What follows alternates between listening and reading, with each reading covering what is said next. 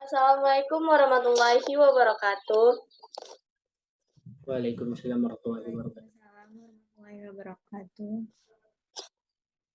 Selamat siang kepada teman-teman semuanya dan Bapak dosen yang kami hormati.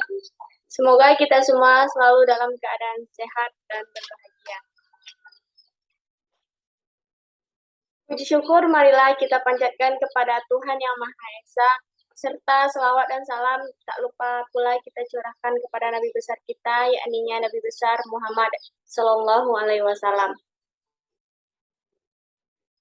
Kami dari kelompok 6 yang terdiri dari saya, Ayu Wulandari dengan NIM 22231007 sebagai moderator, dan rekan saya Muhammad Raihan sebagai presentator yang pertama, dan rekan saya Quratul Aulia sebagai presentator yang kedua, dan Adara Elisha Amore sebagai presentator yang ketiga.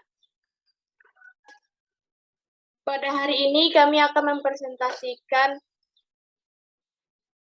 PPT kami yang berjudul Demokrasi Pancasila. Baiklah, sebelum masuk ke dalam presentasi yang akan kami paparkan kali ini, kami akan membahas 3 poin mengenai demokrasi Pancasila.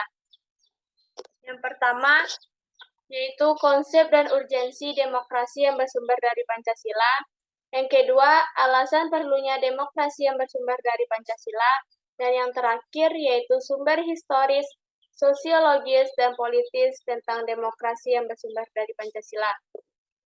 Baiklah, pada materi yang pertama akan dijelaskan oleh rekan saya, Muhammad Rehan. Kepada Muhammad Rehan, silakan. Baiklah, terima kasih kepada moderator yang telah mengizinkan saya untuk bicara. Yang pertama yaitu konsep dan urgensi demokrasi yang bersumber dari Pancasila. Apa itu demokrasi Pancasila? Secara etimologis, demokrasi berasal dari bahasa Yunani, yaitu demos yang berarti rakyat, dan kratos atau kratein yang berarti pemerintahan atau kekuasaan. Demokrasi Pancasila adalah sistem demokrasi yang dilaksanakan dengan mengutamakan asas musyawarah mufakat untuk kepentingan bersama yang bersumber pada falsafah hidup dan kepribadian bangsa Indonesia. Adapun 3 tradisi pemikiran politik demokrasi itu, yang pertama, teori Aristotelian klasik. Demokrasi merupakan salah satu bentuk pemerintahan, yakni pemerintahan oleh seluruh warga negara yang memenuhi syarat kewarganegaraan. Yang B, teori abad pertengahan. Demokrasi yang pada dasarnya menerapkan Roman law dan konsep popular sovereignty yang menempatkan suatu landasan pelaksanaan kekuasaan tertinggi di tangan rakyat. Dan C, doktrin kontemporer. Demokrasi menerapkan konsep republik dipandang sebagai bentuk pemerintahan rakyat yang murni. Selanjutnya yaitu 4 bentuk demokrasi. A, demokrasi protektif.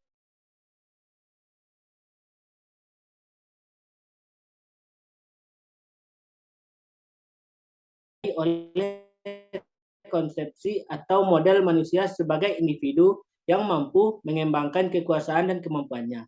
Yang C, demokrasi equilibrium, penyimbangan nilai partisipasi dan pentingnya apatisme.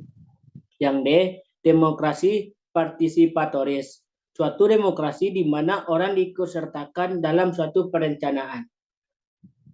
Selanjutnya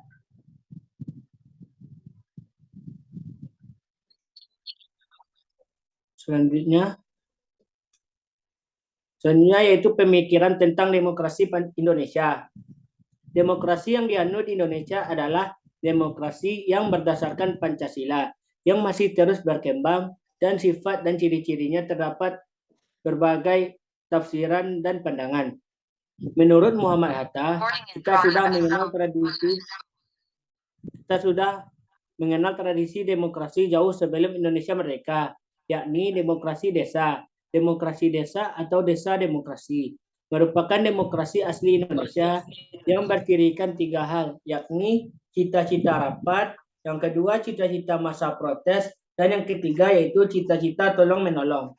Selanjutnya, pentingnya demokrasi sebagai sistem politik kenegaraan modern. Demokrasi memegang peran penting dalam masyarakat dan dalam tata aturan suatu negara.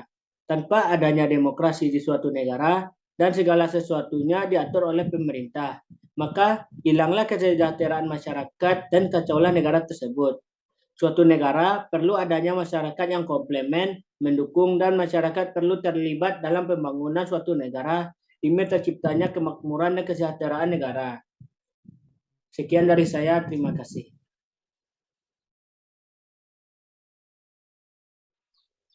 Terima kasih atas pemaparan materi dari rekan saya. Selanjutnya akan dijelaskan oleh Quratul Aulia. Kepada Quratul Aulia disilahkan. Baiklah, terima kasih kepada moderator. Akan menjelaskan materi tentang alasan perlunya demokrasi yang bersumber dari Pancasila. Sejumlah persoalan tentang kelemahan praktik hukum kita yang muncul di berbagai media jejaring sosial. Yang pertama, buruknya kinerja lembaga perwakilan dan partai politik. Kedua, krisis partisipasi politik rakyat. Tiga, munculnya penguasa di dalam demokrasi. Empat, demokrasi saat ini membuang kedaulatan rakyat. Adanya krisis partisipasi politik disebabkan karena tidak ada peluang untuk berpartisipasi atau karena terbatasnya kemampuan untuk berpartisipasi dalam politik. Secara lebih spesifik, penyebab rendahnya partisipasi politik adalah pendidikan yang rendah, tingkat ekonomi rakyat yang rendah, dan partisipasi politik rakyat kurang mendapat tempat dari pemerintah. Penyebab munculnya penguasa dalam demokrasi ditandai dengan menjamurnya dinasti politik yang menguasai segi kehidupan masyarakat, pemerintahan, lembaga perwakilan, bisnis, peradilan, dan sebagainya oleh satu keluarga atau kroni. Baiklah, terima kasih atas pemaparan materi dari rekan saya tadi. Selanjutnya, pemaparan materi selanjutnya akan dijelaskan oleh Adara. Kepada Adara disilahkan. Baiklah, terima kasih kepada moderator. Saya akan menjelaskan yaitu yang ketiga, sumber historis, sosiologis, dan politis tentang demokrasi yang bersumber dari Pancasila. Yang A, sumber nilai yang berasal dari demokrasi desa. Demokrasi yang diformulasikan sebagai pemerintahan dari rakyat, oleh rakyat, dan untuk rakyat merupakan fenomena baru bagi Indonesia ketika merdeka. Mengenai adanya anasir demokrasi dalam tradisi desa, kita akan meminjam dua macam analisis berikut. Yang pertama yaitu paham kedaulatan rakyat sebenarnya sudah tumbuh sejak lama di Nusantara. Di alam Minangkabau misalnya pada abad ke-14 sampai abad 15, kekuasaan raja dibatasi oleh ketundukannya pada keadilan dan kepatutan. Yang kedua yaitu tradisi demokrasi asli Nusantara tetap bertahan sekalipun di bawah kekuasaan feodalisme raja-raja Nusantara, karena di banyak tempat di Nusantara, tanah sebagai faktor produksi. Selanjutnya yaitu B, nilai yang berasal dari Islam. Nilai demokratis yang berasal dari Islam bersumber dari akar teologisnya. Inti dari keyakinan Islam adalah pengakuan pada ketuhanan yang Maha Esa atau tauhid atau monoteisme. Dalam keyakinan ini hanya Tuhanlah satu-satunya wujud yang pasti. Semua selain Tuhan bersifat nisbi belaka. Prinsip tauhid adalah paham persamaan atau kesederajatan manusia di hadapan Tuhan yang melarang adanya perendahan martabat dan pemaksaan kehendak antar sesama manusia.